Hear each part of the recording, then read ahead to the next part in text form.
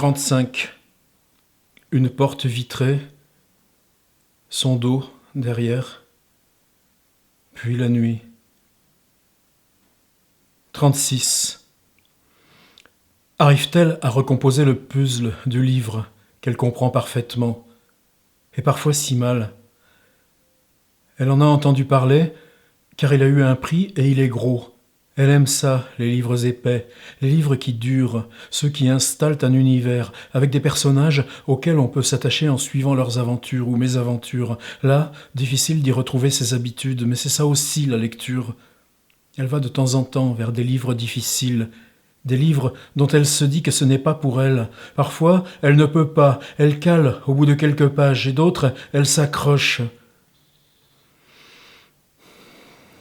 Ce soir, elle se cramponne littéralement à son volume. 5 bons centimètres d'épaisseur, une couleur blanc cassé, un pavé de papier imposant indiquant en sous-titre un énigmatique roman au pluriel qui l'a surprise lorsqu'elle a pris le volume pour le sous-peser, pour sentir dans sa main le nombre de pages. Elle sait qu'elle n'y trouvera aucun mode d'emploi, rien qui puisse transformer l'impasse de sa vie en solution d'avenir. Attendre cet homme est ridicule.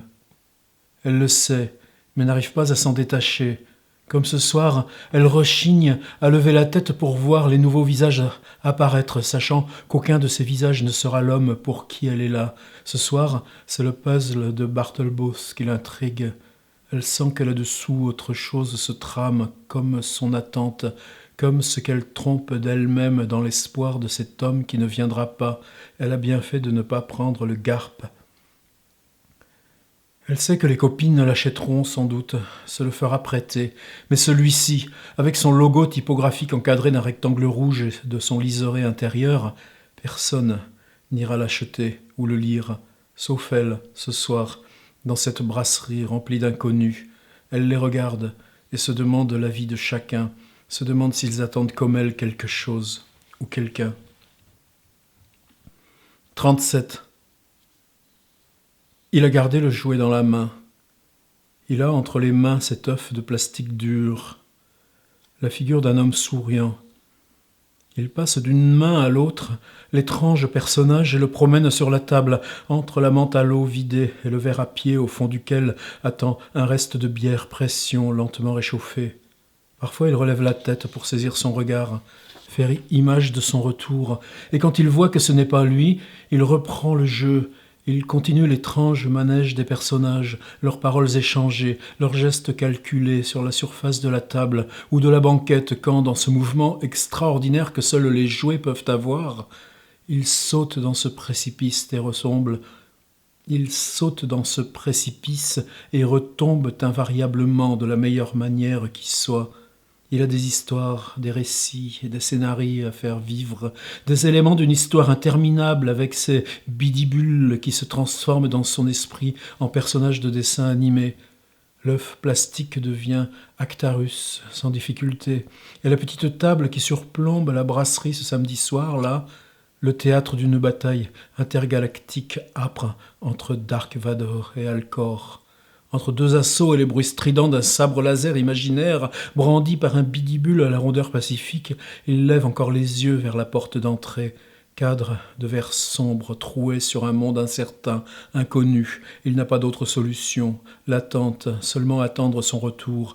La porte s'ouvrirait, il aurait une baguette sous le bras, sa main se lèverait pour signifier sa présence et rassurer l'enfant qui, de sa table, aurait un sourire satisfait avant de retourner joyeusement casser la gueule au commandant de l'Étoile Noire.